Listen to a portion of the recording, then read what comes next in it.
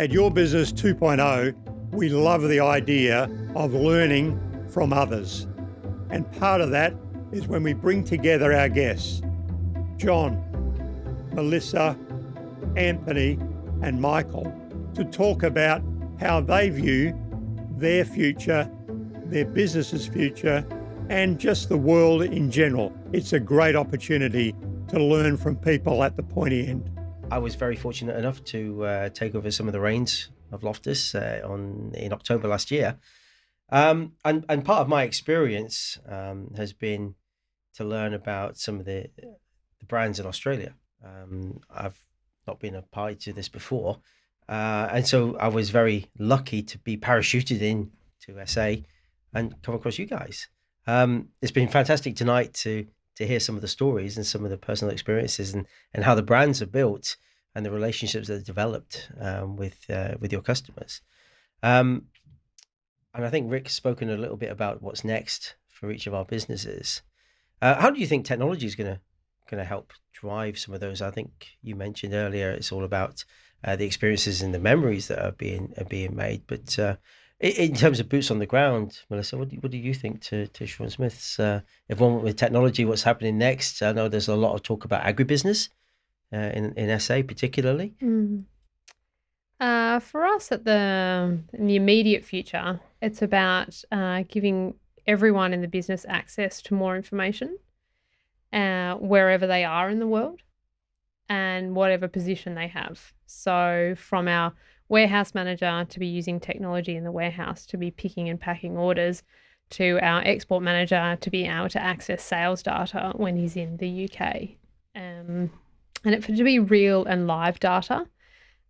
We've historically, we've had a server on site and we've worked with some very old technology in terms of our software, and it was very hard for people to access the data. And then post that, once everyone has access to this information, I guess it's the conversation about what this information can help us identify where our customers' trends are going in the future. And then can we use any of that technology in what we're going to invest in next, in terms of whether it's a vineyard or whether it's in terms of a different channel for our customers, and how we can deliver the wine and experience, especially for our wine club members, that they have signed up to and experienced when they've come to visit us in the tasting room. Fantastic. So Anthony, I know we've traditionally been a bit of a box shifter for your organisation, where it's all about selling the tin and the infrastructure. And I think recently we developed an application that helped you with some warehousing opportunities that were there, and some overcame some obstacles for you. Was there a little bit of discussion there about what the positives were about it, about the experience of developing software? Because I think it can be a bit hit and miss in terms of trying to get the right thing, and the interpretation of requirements is an opportunity. Well, I mean, there's so many IT projects that other companies have had where they've effectively failed. It's like a black hole. But in this case, it's come off very well, and because I think it's because there was a fair bit of time spent on getting the people to buy in and understand what they were getting into. But it wasn't a big project really in the scheme of things, but it's gone very well. We're very happy because we've got so many products. We've got like about 250 different unique stock keeping units. So all different sizes and everything like that. And you imagine it's all in a warehouse, it's all got to be picked. And there are different levels and different. So yeah, for us, we had a new warehouse, we had this new software. It's really helped us. Just getting back to the question about branding, I think it's really important that we get as close as we can to the customer.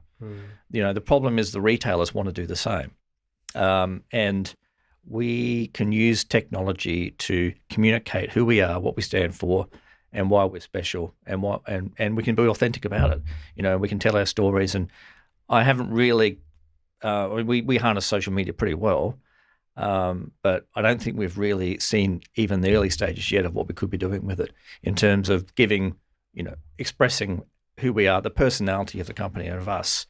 Because as I said before, people like to buy from people, and that's the best way. Technology is the best way to get into everyone's lives.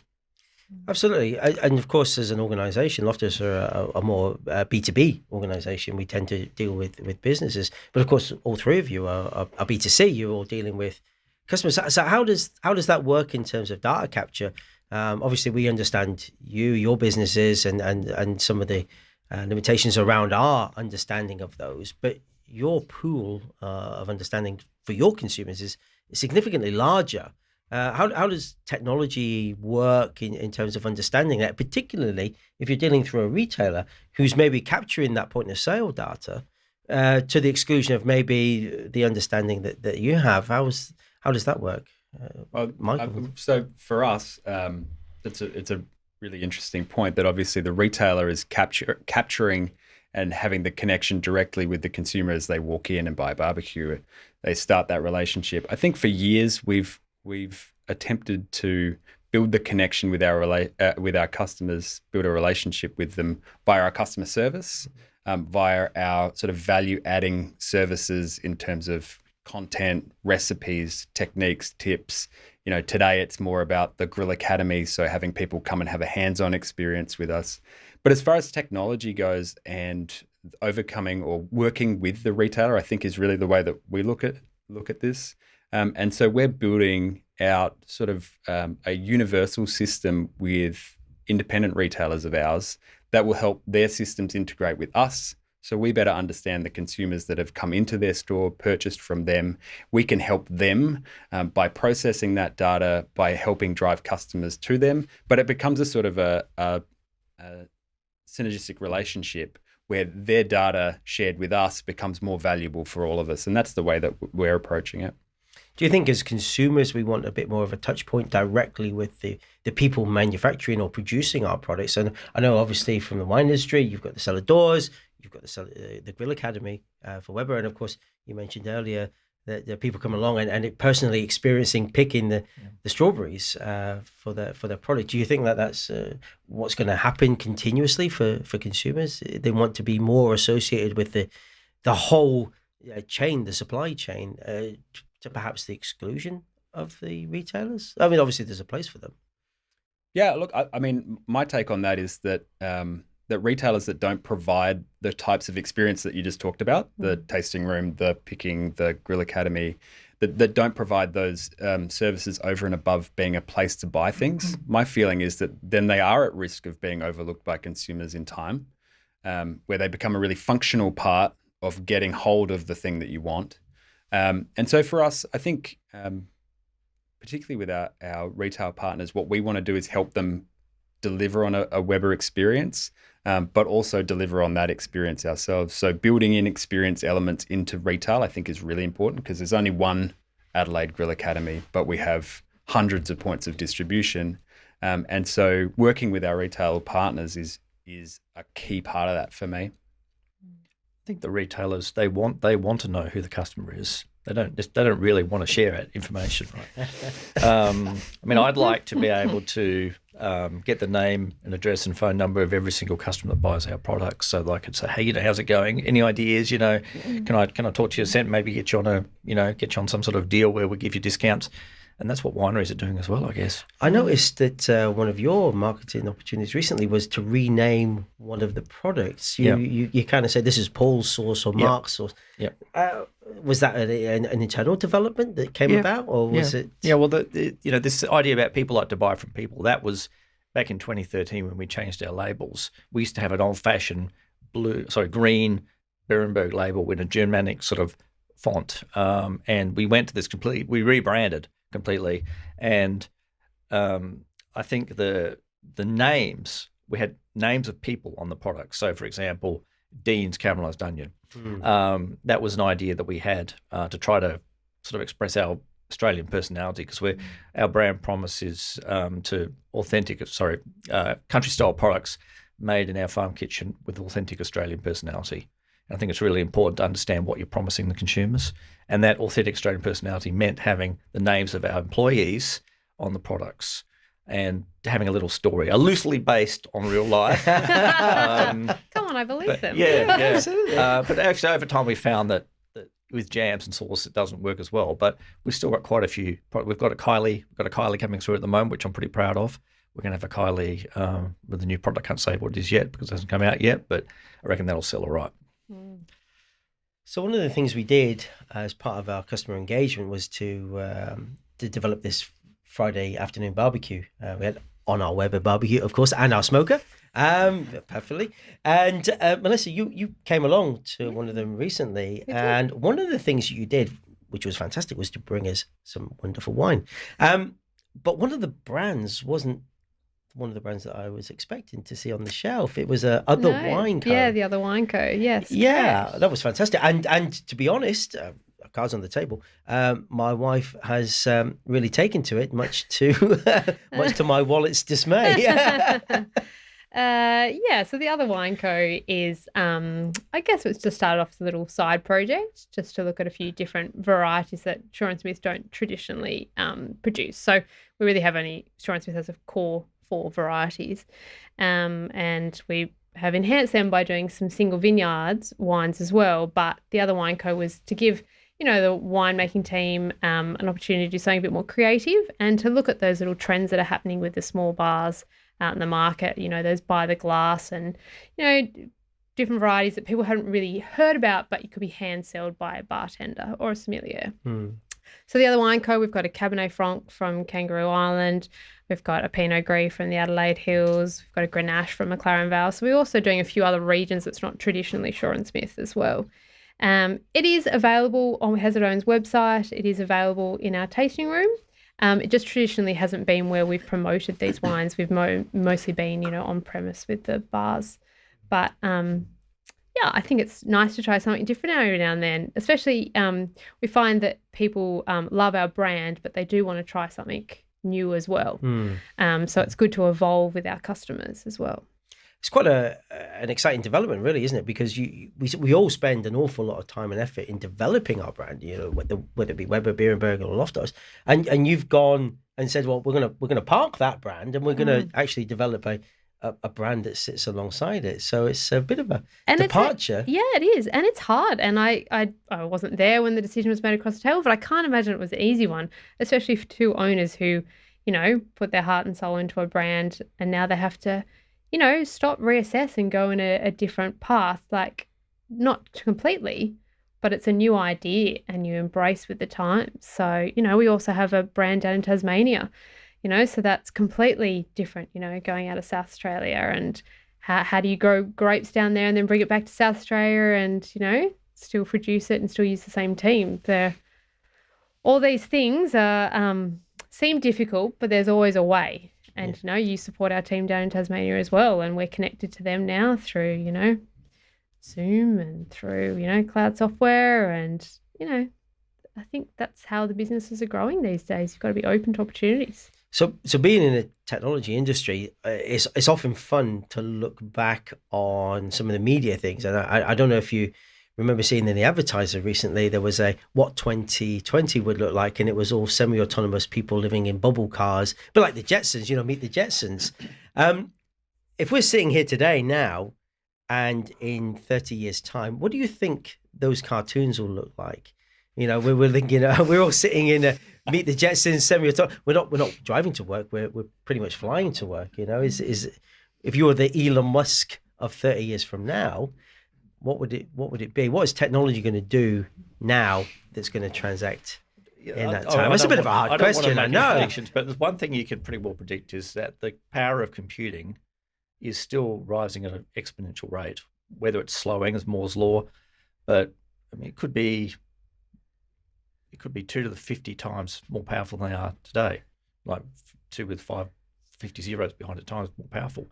You think about the bandwidth of the internet and the computing power and the memory and all the rest of it. Just think about the potential that's there for you can't even sort of predict it. You just think about the computing power and just think about what you could do with that. I kind of almost think that a computer will know what we want before we even know we want it. Well, yeah. We're almost like you talked about how many things you're trying to predict orders in, a couple of weeks' time. You think about that you can say, oh, well, I feel like a bottle of Shiraz and a steak and a relish for dinner tonight.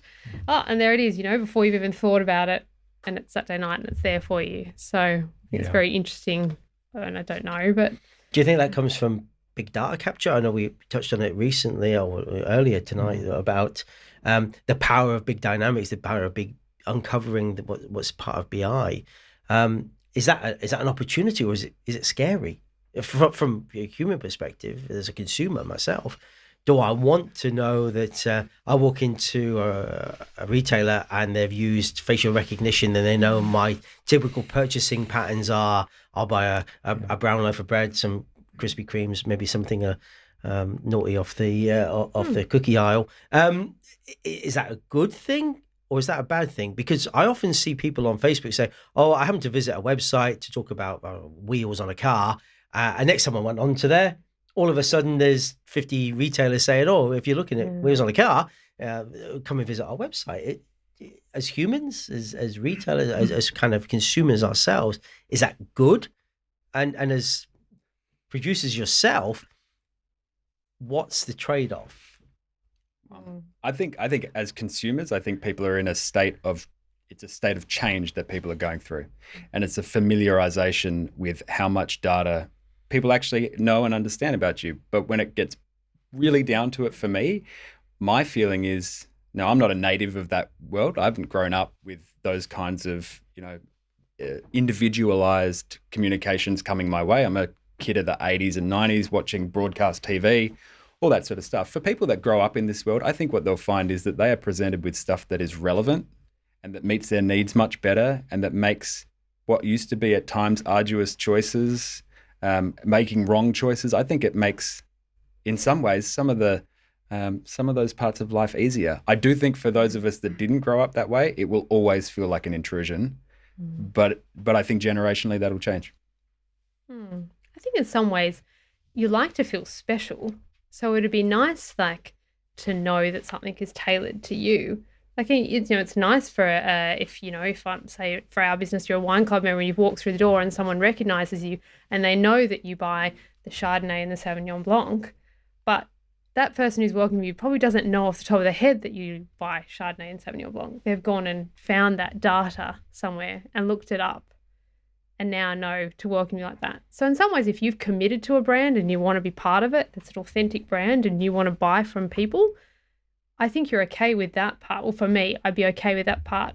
But then the bit, like you say, I haven't grown up with either, the bit where it's targeting at you is a different feeling, I think. Just one thing, I think that it gives the ability to be much more sophisticated with your marketing. So it's not about saying, here, have this chutney. I think about wines. I remember a few years ago, there was a wine brand and they had playlists for the different wines, music playlists. And I thought, that's really cool. Like, it's about, they're thinking about the consumer. They're not thinking about, how do I sell the wine? Thinking about, what does the consumer need? And, the temptation is to use technology in a very primitive sledgehammer way.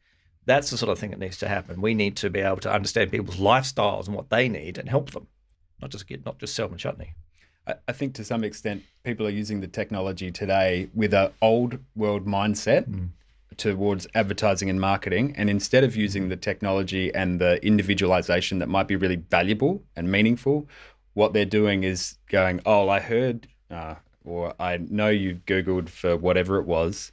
I can remember having a discussion with a friend of mine over a couple of drinks about my dream guitar that I wanted to buy. And then there it is on Facebook advertised to me. There's no way I'm going to buy that guitar, right? It's not within the realms of possibility. But to me, that's the really kind of sledgehammer way of doing it. That's not nuanced. That's just saying, well, as soon as this person says these words, such as these words, here's my standardized message. But I think when that gets to the stage where you can actually start to build a relationship with me and communicate with me in a meaningful way, add value to the experience that I have with your brand or your business through those advertising channels, that's when I think it'll be when people will be more okay with it. So last question, and perhaps just an extension to this one, is more about where do we draw the line? Do you think that there's a bit of a pushback against technology in that regards to being controlled or the feeling of being controlled? That's not an easy question there, is there? No, it's not an easy question. And I think Australians do push back a bit. But if you look at, in my experience, the COVID app, we had the Prime Minister stand up there and said, if ever we have 7 million people download the app, the pubs will be open soon. So I reckon my husband definitely went and downloaded exactly. the app. I had 3 phones. I downloaded all 3. Exactly. So there are certain ways to sell a message. But on the general as a whole, I do think there is some hesitation about technology, but also there's some technology that makes your life more convenient. So Yeah, I I don't think know. that's fair. I think there is pushback from parts of I think there's always going to be pushback. I think the thing that maybe people haven't been great at is transparency about what the data does and is for and will be used for. And I appreciate that burying it in a privacy policy ticks a box, but it doesn't actually share with a person how the data they might allow to be captured is actually going to be used. And I think for a lot of people, they don't really have a problem with the data being captured. It's a matter of what then of that data. I don't mind that you have my data, but I need to know what you're using it for and how it benefits me to give it to you. Yeah, or who can use it. Yeah. Do you think we should be pushing for harder personal identifiable information to be legislated for in the same way as Europe and California and Washington have developed personal privacy legislation? Is that something we should be doing? Or is it, you'll be right, mate? I went to a presentation of this. It was talking about, there's an American retailer who came and talked in Australia a few years ago, and they were talking about how they were using data to position products. And for example, he put up a shopping an invoice of a list of person, and he said, "What's wrong with this shopping list?" And we're looking at it. He said, "Where's the 600ml Coke? We know from the data that they bought this. They should have got the Coke. You need to have the Coke right there in the impulse area, because they will buy a Coke if you put it there." And that was the sort of level of. So it's not really about their name or the person so much, or their phone number or whatever. It's actually their behaviours. How do you action the behaviours that you know that they've got a propensity for? And if they buy nappies, they're also going to buy frozen pizza and stuff like that. That's all very sophisticated. All that data mining they're doing, that's really where the money can be made. Yeah. And that's a lot of that's anonymised. So but having said that though, I went to a presentation with a company, a Woolworths-owned company. It specialises in data, and they have linked up with Foxtel and with a bank, and they're combining data from all these things. So they know when you have a loyalty card with the supermarket, they know a lot about you, a scary amount about you. Yeah. They know everything you buy, and I think people would absolutely be shocked. Do you think that follows through with digital payments? Do you think now that we're moving more and more, it's particularly now with COVID, away from physical currency, we're moving into digital payments? Is that just another opportunity for retailers and banks to produce analytics about us and make assumptions about lifestyle? Yes. Right. Yes. And if you've got a Google Pixel phone, you know. I thought it was Huawei. If you'd like to learn more about our guests, or you'd like to be part of a future show, head to yourbusiness2.live.